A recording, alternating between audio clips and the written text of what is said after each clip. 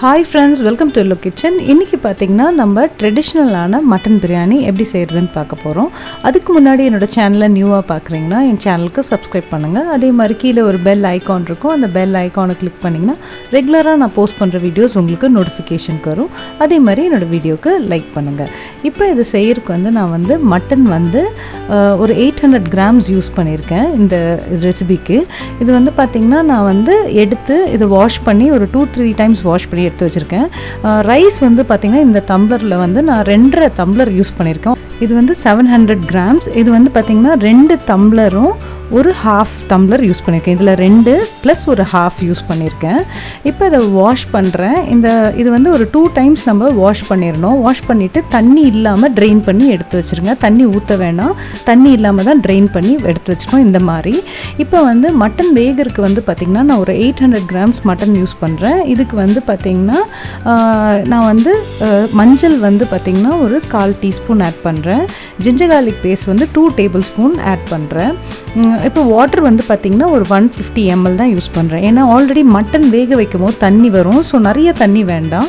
So ஒரு 150 ml water போதும். இப்போ இதை நல்லா மிக்ஸ் பண்ணிவிட்டு இது நம்ம குக்கர் மூடி போட்டு நம்ம இதை 3 விசில் வைக்க போகிறோம். இப்போ பார்த்திங்கன்னா இதை நான் 3 விசிலுக்கு வைக்கிறேன். இது 3 விசிலுக்கு அப்புறம் நம்ம ஸ்டீம் ரிலீஸ் ஆன உடனே இதை நம்ம ஓப்பன் பண்ணிடலாம். இப்போ பார்த்திங்கன்னா அரைக்கிறதுக்கு வெங்காயம் ஒரு 4 நம்பர். இதை நல்லா அரைச்சி இந்த மாதிரி பேஸ்ட் பண்ணி எடுத்து ரெடியாக வச்சுக்கோங்க. அதே மாதிரி தக்காளி ஒரு 3 நம்பர். அதையும் கொஞ்சம் குறைன்னே நம்ம அரைச்சிக்கலாம். ரொம்ப ஃபைன் பேஸ்ட்டாக அரைக்க தேவையில்லை. எல்லாமே நீங்கள் குறைன்னு அரைச்சிக்கோங்க. பச்சை மிளகா பார்த்திங்கன்னா ஒரு 8 நம்பர் காரத்துக்கு ஏற்ற மாதிரி நான் ஆட் பண்ணியிருக்கேன். உங்களுக்கு வேணும்னா எக்ஸ்ட்ரா ஆட் பண்ணிக்கோங்க. புதினா ஒரு கை, கொத்தமல்லி ஒரு கை அளவு நான் யூஸ் பண்ணியிருக்கேன். ஏலக்காய் ஒரு 15, கிராம்பு ஒரு 8 நம்பர், பட்டை ஒரு 6 நம்பர்.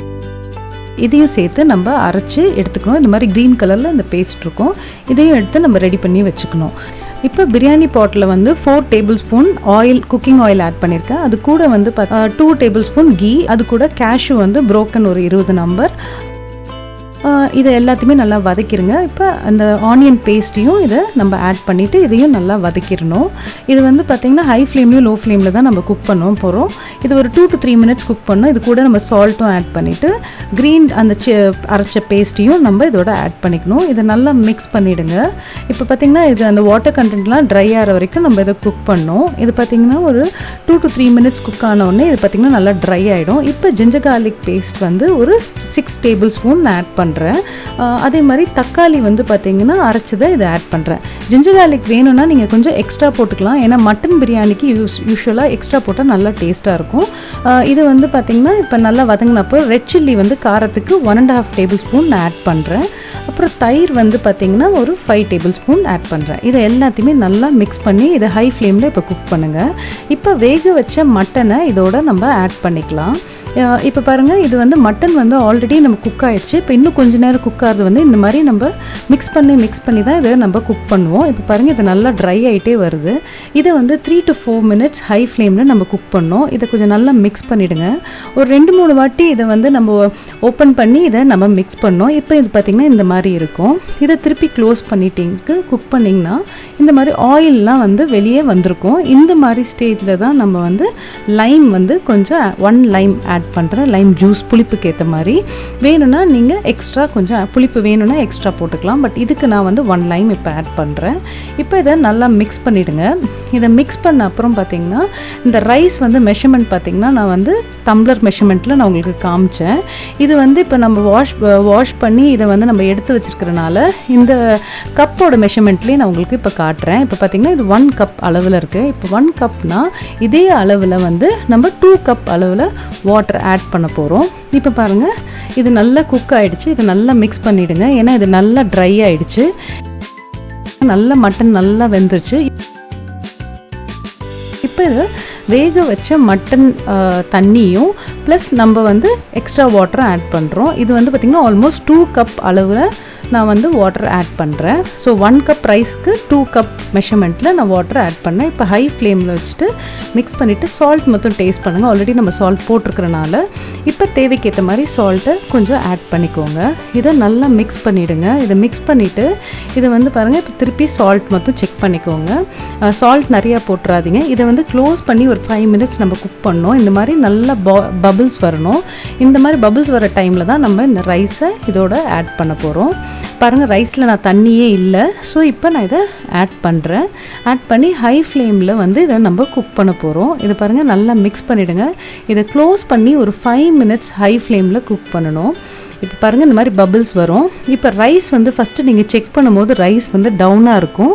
லைட்டாக தான் குக் ஆன மாதிரி தெரியும், ரொம்ப ஃபுல் கிடையாது. இப்போ செகண்ட் டைம் திருப்பி நீங்கள் வந்து அதை மிக்ஸ் பண்ணும்போது ஓரளவுக்கு ரைஸ் வந்து ஒரு 50% வந்து குக் ஆன மாதிரி இருக்கும். இப்போ பாருங்கள், இந்த மாதிரி இருக்கும். இந்த மாதிரி டைமில் நல்லா இப்போ ரைஸ் வந்து ஆல்மோஸ்ட் வந்து நல்லா குக் ஆகிடுச்சு. இது வந்து பார்த்திங்கன்னா இப்படி உடச்சிங்கன்னா கொஞ்சம் உடையிற மாதிரி இருக்கும். இது வந்து ஆல்மோஸ்ட் 80% குக் ஆகிருக்கு. இதை வந்து நம்ம தம் வைக்கிறோம். இந்த மாதிரி தோசைக்கல்லில் வச்சு நம்ம வந்து ஹை ஃப்ளேமில் வச்சுட்டு உடனே ஸ்லோ ஃப்ளேமில் வச்சிடணும். தோசைக்கல் ஹீட் ஆன உடனே இதை வந்து மேலே வச்சுட்டு ரைஸை வந்து நடுவில் லைட்டாக ஒரு பார்ட்டிஷன் மாதிரி ஒரு ப்ளஸ் சிம்பிள் மாதிரி போட்டுக்கோங்க. அந்த கேப்பில் வந்து இப்போ நம்ம என்ன பண்ண போகிறோன்னா, நம்ம கலர் ஆரஞ்சு கலர் வந்து ஃபுட் கலர் வந்து ஆட் பண்ணிக்கிறேன். வேணும்னா நீங்கள் ஆட் பண்ணலாம், இல்லைனா விருப்பம் இல்லைன்னா நீங்கள் ஆட் பண்ண வேண்டாம். நான் வந்து 2 கலர் யூஸ் பண்ணியிருக்கேன், ஆரஞ்ச் அண்ட் எல்லோ. இப்படி ஒன்றா ஊற்றிருக்கூடாது, சைடாக ஊற்றணும். இதை வந்து இப்போ க்ளோஸ் பண்ணி 15 மினிட்ஸ் தம் வச்சுட்டு பார்த்தீங்கன்னா ஆஃப்டர் 15 மினிட்ஸ் இது வந்து இந்த மாதிரி ரைஸ் நல்லா குக் ஆகிருக்கும். இதில் மெயினாக வந்து பார்த்திங்கன்னா இந்த ரைஸ் வந்து நான் இதுக்குள்ள யூஸ் பண்ணியிருக்கிறது வந்து பாஸ்மதி ரைஸு. நீங்கள் வந்து பார்த்திங்கன்னா பாஸ்மதி சீரக சம்பாயும் நீங்கள் யூஸ் பண்ணலாம். இது ரொம்ப டேஸ்ட்டாக இருக்கும். இது வந்து பார்த்திங்கன்னா ஊர் சைடில் இந்த மாதிரி தான் நார்மலாக செய்வாங்க. அரைச்சி எல்லாத்தையுமே போட்டு இப்படி ஒரு பிரியாணியை செய்வாங்க. இது ரொம்ப ட்ரெடிஷ்னலான ஒரு பிரியாணி. இது வந்து ரொம்ப டேஸ்ட்டாகவும் இருக்கும் அண்ட் ரொம்ப சிம்பிள். இதை கண்டிப்பாக ட்ரை பண்ணி பாருங்கள். உங்களுக்கு என்னோட எல்லோ கிச்சன் சேனல் பிடிச்சிருந்தா லைக் பண்ணுங்கள், ஷேர் பண்ணுங்கள், சப்ஸ்கிரைப் பண்ணுங்கள். மறக்காமல் கீழே இருக்க பெல் ஐக்கானை கிளிக் பண்ணுங்கள். தேங்க்யூ.